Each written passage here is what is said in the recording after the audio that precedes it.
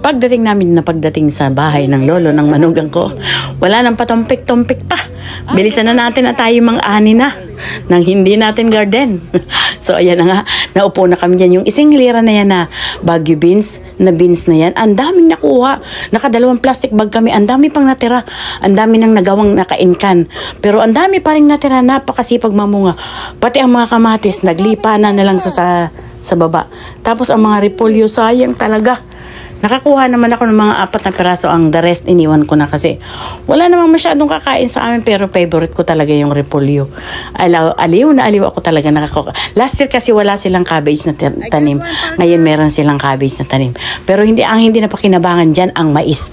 Kasi nakaligtaan na rin ng lolo ng manugang ko na tingnan kasi masyado silang busy, kaya hindi na nila napansin. Pagtingin nila matatanda na rin kasing tanda na nila yung mga corn. Charot. So ayan na nga si Mila, na ando siya sa banana peppers. Ang dami namin ako ang banana peppers kasi mas gusto ko ang banana peppers kasi hindi siya maanghang. So yan yung ginawa kong dynamite. So marami ding jalapeno pero hindi kami kumanang jalapeno. Tingnan mo, nasa baba na lang ang mga kamatis, sayang talaga.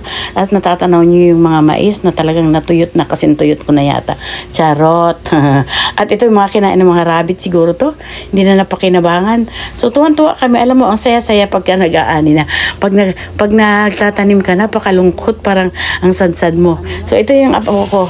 Naglilinis na. I am going to clean this so Dad can cook it later, because later we're gonna put the stuff inside, and In the fridge. You have to wash it. Yeah, and then put it in the fridge.